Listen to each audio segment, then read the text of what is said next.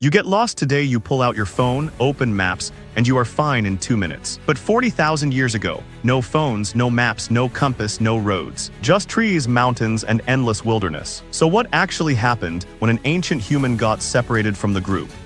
First, you need to understand how serious this was. In a small hunter-gatherer band, every person mattered. Losing even one adult could mean less food, less protection, and more danger for everyone else. Getting lost was not just inconvenient, it was often a death sentence. Yet skeletons and archaeological sites show that people sometimes survive being alone for days, even weeks. How? The first thing they did was stop moving randomly. Modern people panic and keep walking. Ancient humans who survived usually did the opposite. They stayed put.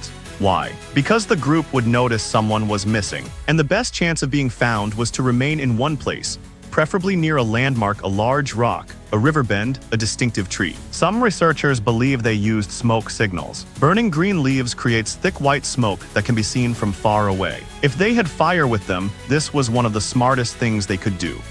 But what if they had no fire? Then the real test began. Water became the top priority. A human can survive weeks without food, but only a few days without water. They followed animal trails downhill. In most landscapes, water flows downward. Streams, rivers, and lakes were life. They also watched birds. Certain birds stay close to water sources. Ancient people knew these patterns from years of observation. Food came second. They ate what they already knew was safe.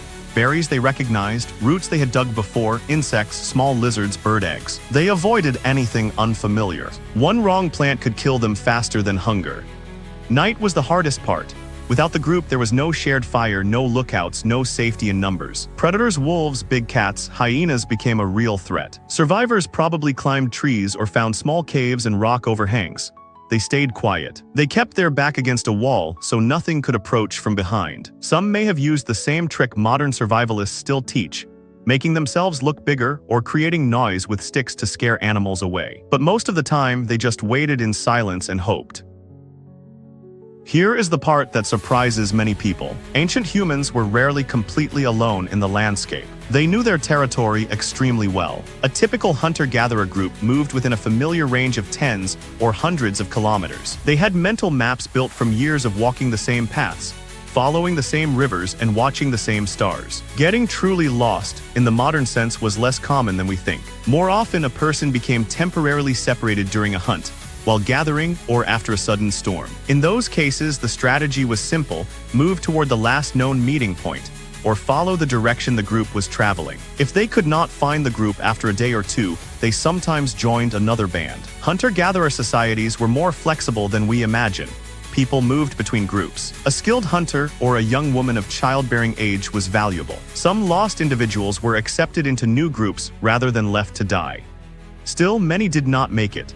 Archaeological records show isolated remains far from any settlement. People who wandered too far, got injured, or simply ran out of luck. The wilderness was not romantic, it was indifferent. So what can we learn from this?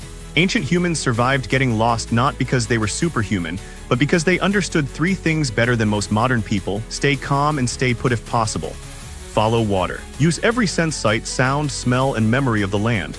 They did not have technology. They had deep knowledge of the natural world and strong social bonds. Getting separated was terrifying, but for those who made it back, it was also proof of how capable early humans really were. If you got completely lost in the wild today with nothing but the clothes you are wearing, do you think you would survive 3 days? Tell me honestly in the comments. I will see you in the next one.